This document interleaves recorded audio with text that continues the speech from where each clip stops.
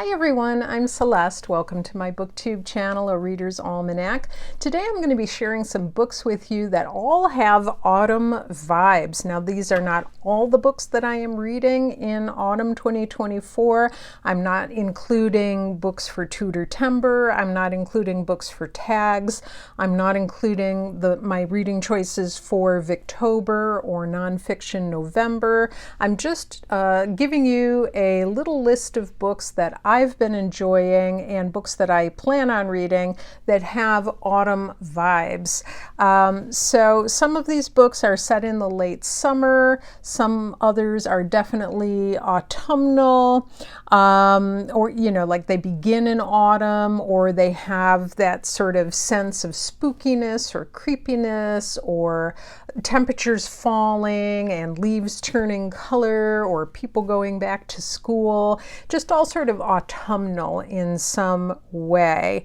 Some of these books I've actually already read, and I will share those with you first, and then I will share the books that I am reading now and planning to read in the next few weeks. The first book on this list, I'm not going to go into great detail about because I have done another video on this title. I am absolutely in love with this book.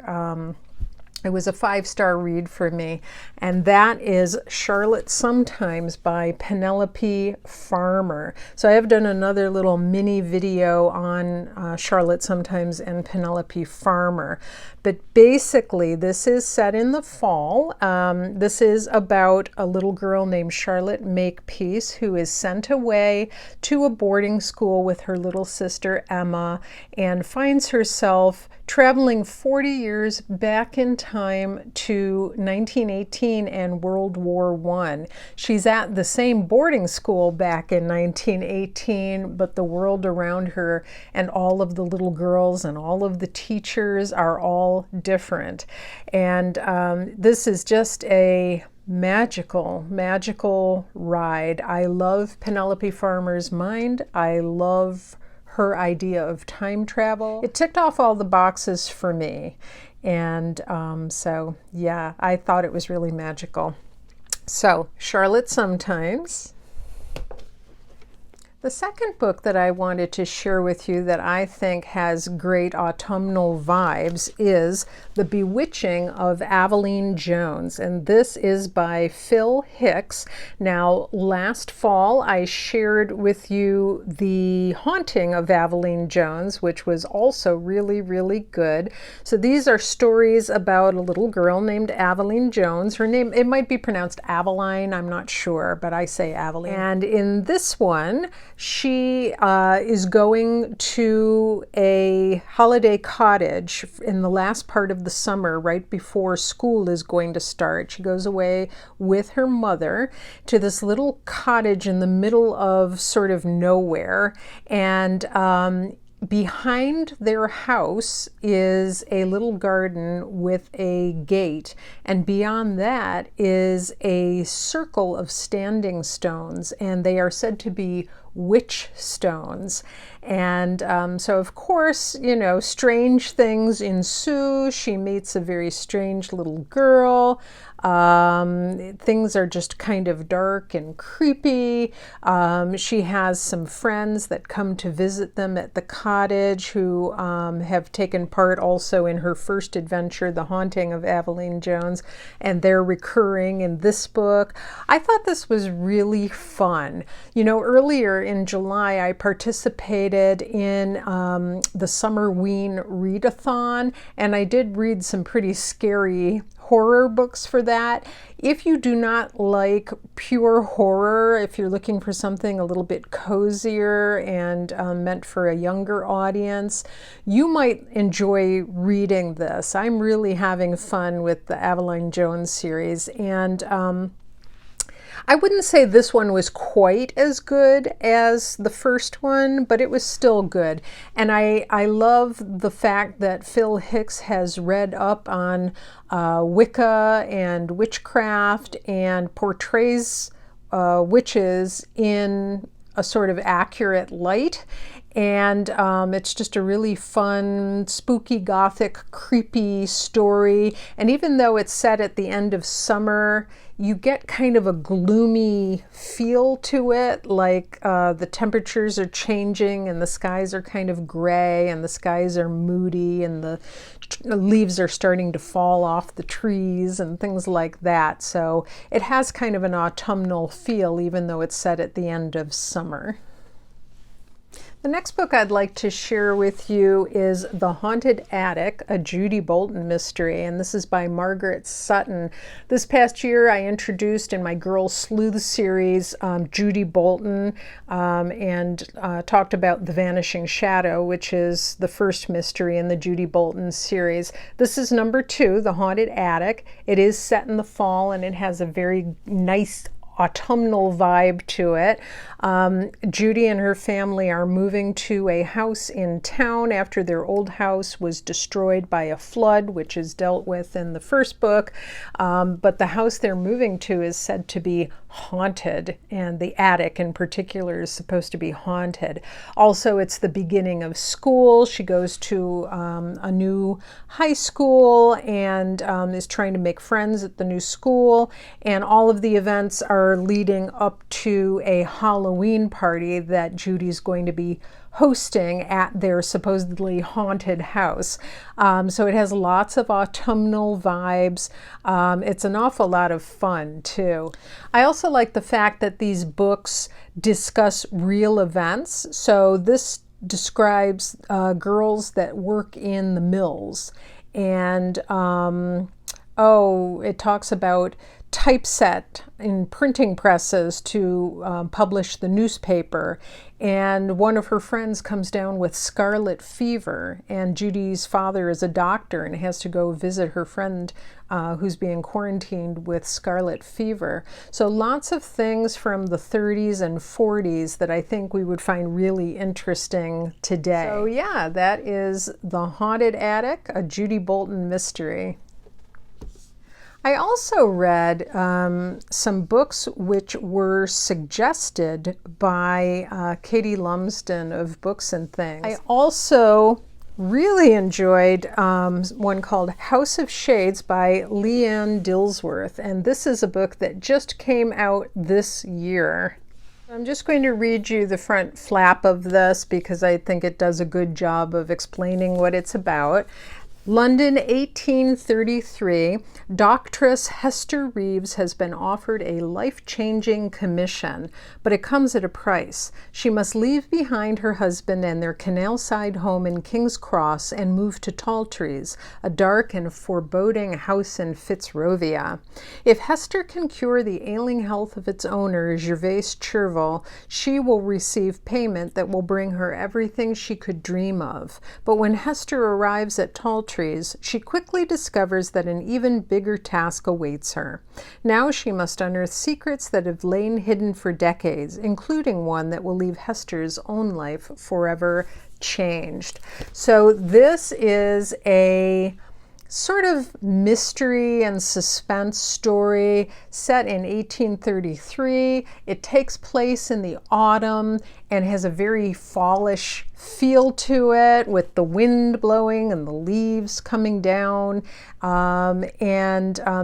people starting fires in fireplaces, and the chill that she feels when she's pulling her shawl around her when she's walking along the canal in 1833 in England. The characters were likable and believable. It's a suspenseful story that will keep you turning the pages, I think. I love stories that are about women solving mysteries and big old spooky houses and things like that. So I really recommend this. It's a brand new book. This is apparently Lianne Dillsworth's second book. She wrote one before this, which was called Theater of Marvels. And so I am looking forward to reading that one as well. The next book with autumnal vibes that I'm looking forward to is The Household by Stacey Halls.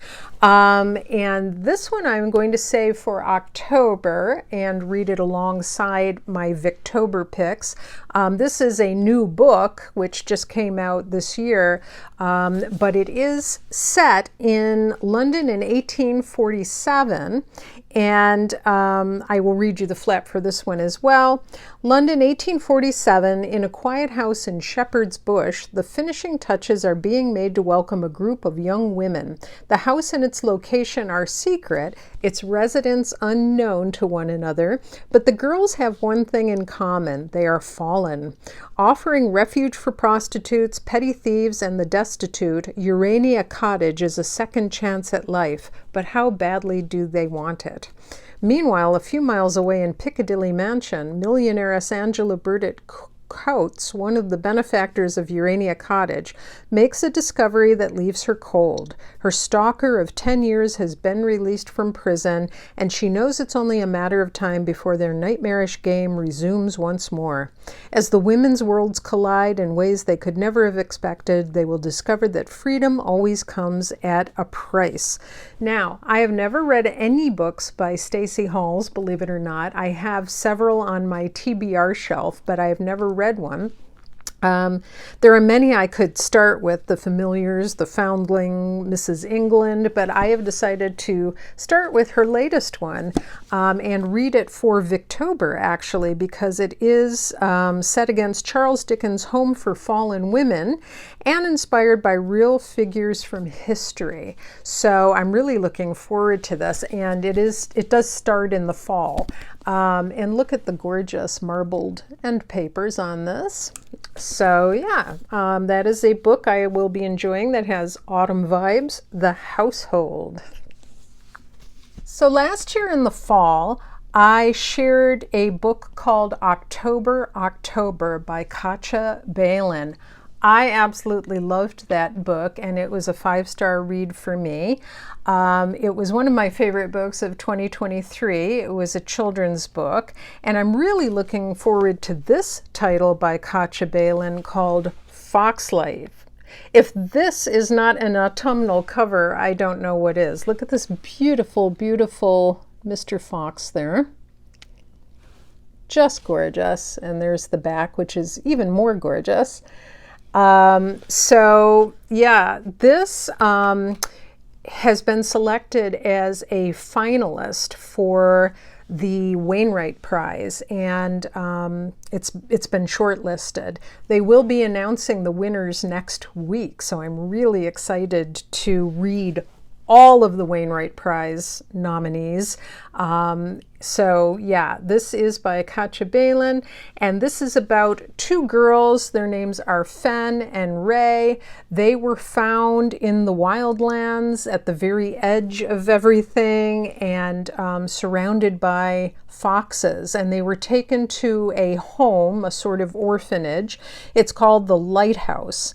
And at some point they decide that they need to run away and find out who they really are and what their story is. And so this is the story of their journey to find out what their identity is. And Katya Balen often writes about nature and combines that with unforgettable children's characters. So I am looking forward to this one, Foxlight.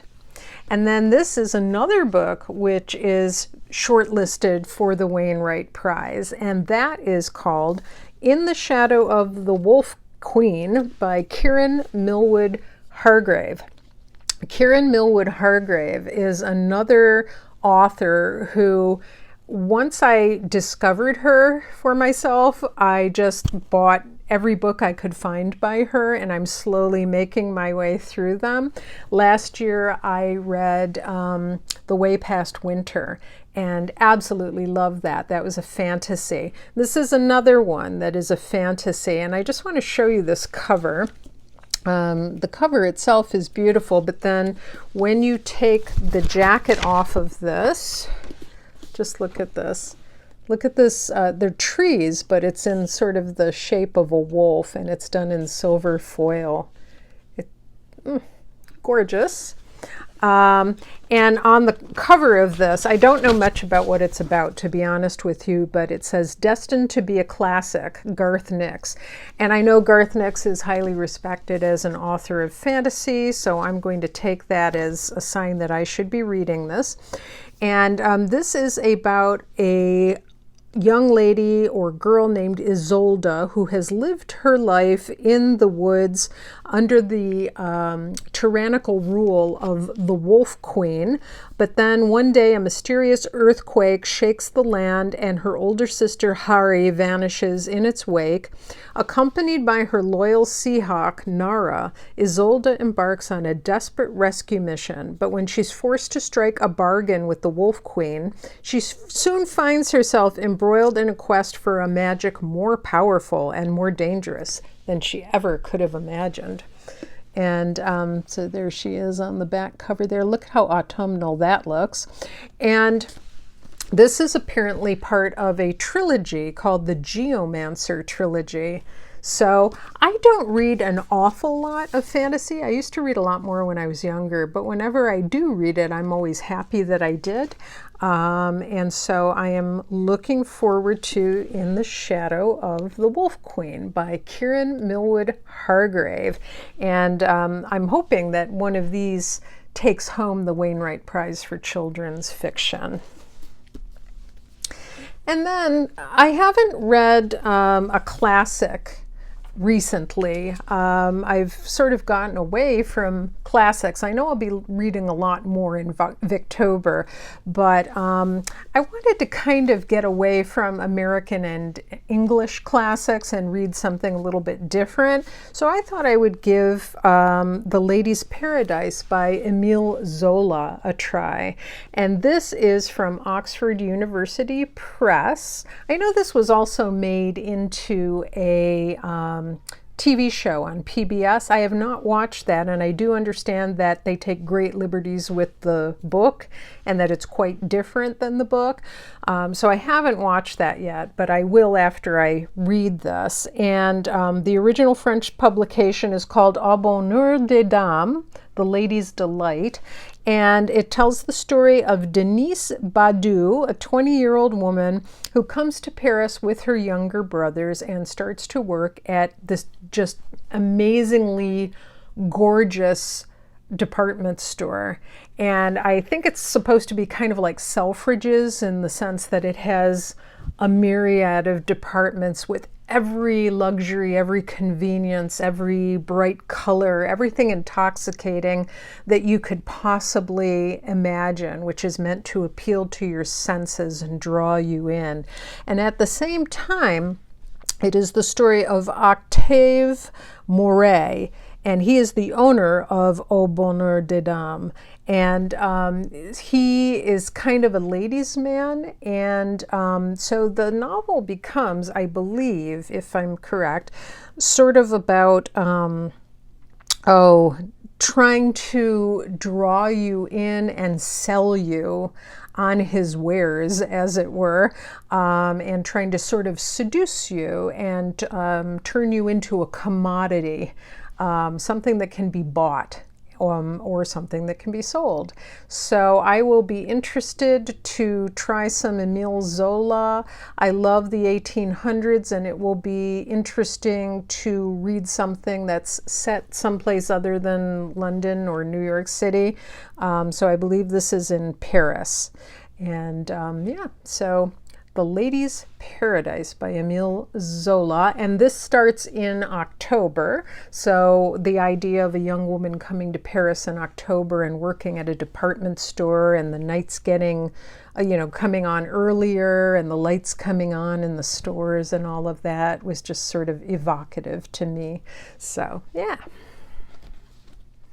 And finally, I have just started reading The Night Circus by Erin Morgenstern. Here's my copy of this book, and when you open it up, it has black and white stripes in the end papers. And I am also listening to this on Audible. It's narrated by Jim Dale. I'm enjoying it so far. It gives me, I think probably because Jim Dale also narrated Harry Potter, it's kind of so far giving me the vibes of an adult Harry Potter. There is some swearing in it and some mature themes. So it does not have the same